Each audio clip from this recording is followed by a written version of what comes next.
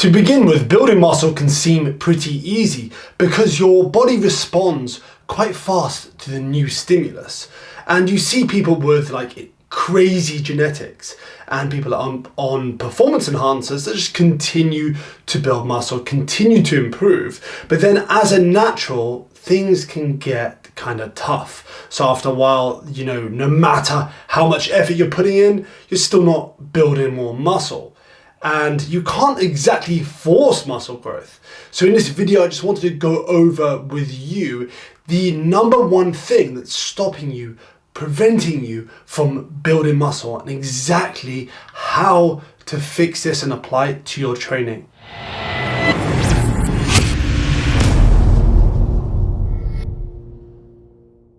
Like a lot of people, when I started researching muscle building, I came across three main mechanisms that drive muscle growth. And what I did there was I took those mechanisms and tried to apply them to my training as good as I could at the time. But obviously science has come a long way since then. So we're going to look at those three mechanisms and discuss which of those mechanisms actually still apply and how you can apply them to your training. Mechanism number one is muscle damage. This is literally what happens in the gym when you're lifting weights. It's pretty much what it says on the tin. You cause like micro damage or micro trauma to the muscle fibers. They break down and they grow back stronger and bigger in theory.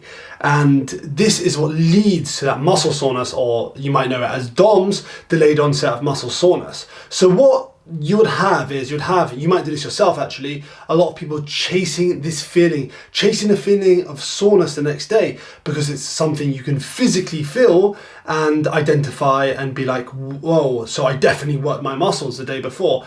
The problem with chasing this is it can result in injury. And actually a 2018 paper found that muscle damage was not a good indicator of muscle growth. Basically, those people that experience muscle damage did not experience more muscle growth. So this is not something you should focus on when you're working out. The second mechanism, which you might not be too familiar with, or you might be, is metabolic stress. And this is caused by training a specific way. When you train a specific way, you cause the buildup of chemicals in a muscle. They're byproducts of the muscular contraction. And when these build up to a certain amount, they are said to increase the cell swelling, increase the acidity of the muscle, which leads to more muscle growth. And you can achieve this by resting less, doing more reps, so higher rep sets. And it's basically that burning sensation you feel when you're pushing it pretty hard in a gym.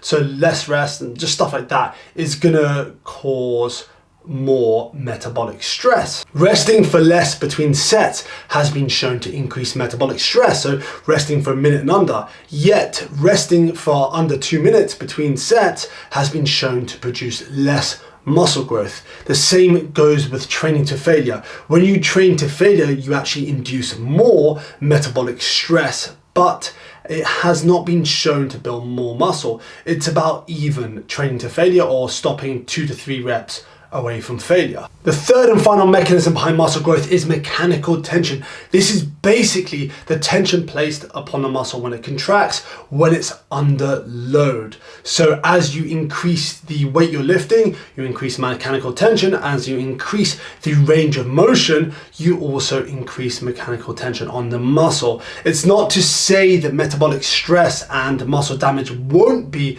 a part of your routine. It's just something you shouldn't chase. The most important and the number one reason you're probably not building muscle is because you're not increasing mechanical tension. So you're probably wondering, how do you increase mechanical tension? The first thing you want to be doing is making sure you're progressing week to week, and that could look like increasing the weight, increasing the number of reps, just overall progressing your program. And you're not going to be able to lift heavier every week. You might be able to begin with, and then after a point, then you're going to have to start looking at reps. So getting 1 to 2 extra reps on an exercise, that's a way of increasing mechanical tension, because essentially you're lifting more volume through the number of reps you're doing. You're placing more tension on on the actual muscle. Obviously, within a range, you don't want to go as high as like 30 reps. Within a range, making sure I would say most of your sets are staying between 8 and 12. Some can be between 12 and 15 and more, the accessory exercises.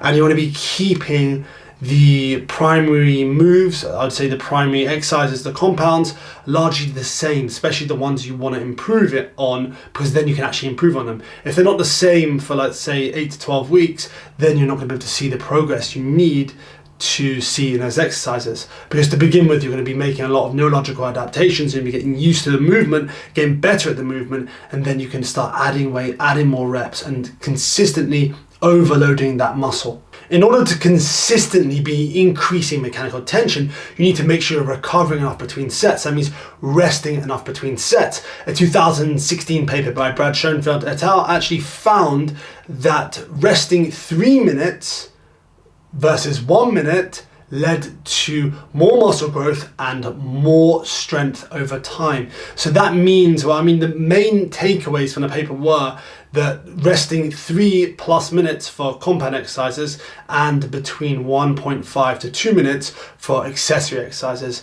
If you do that in your routine, you're going to constantly be able to improve and get better as well. You also want to be making sure you're consistently improving your form, improving the way you lift, because if you're improving the way you lift, you're feeling it on the muscles rather than just trying to move weight for the sake of just lifting heavy weights. That's why I always say to people, to clients, I always say that focus on increasing, making your form as good as possible. And that alone will drive a lot of muscle growth. You want to make sure you're feeling the muscles contracting as you move the weight, rather than just moving it from point A to point B. So if you're doing that, you're going to consistently be able to apply more mechanical tension and keep building muscle. So that's really all I wanted to cover in this video. If you've got any questions, comment below. If you've got any further questions, send me a DM. You can DM me on Instagram at AdamScottFit, or you can head on over to Facebook and join my free Facebook group,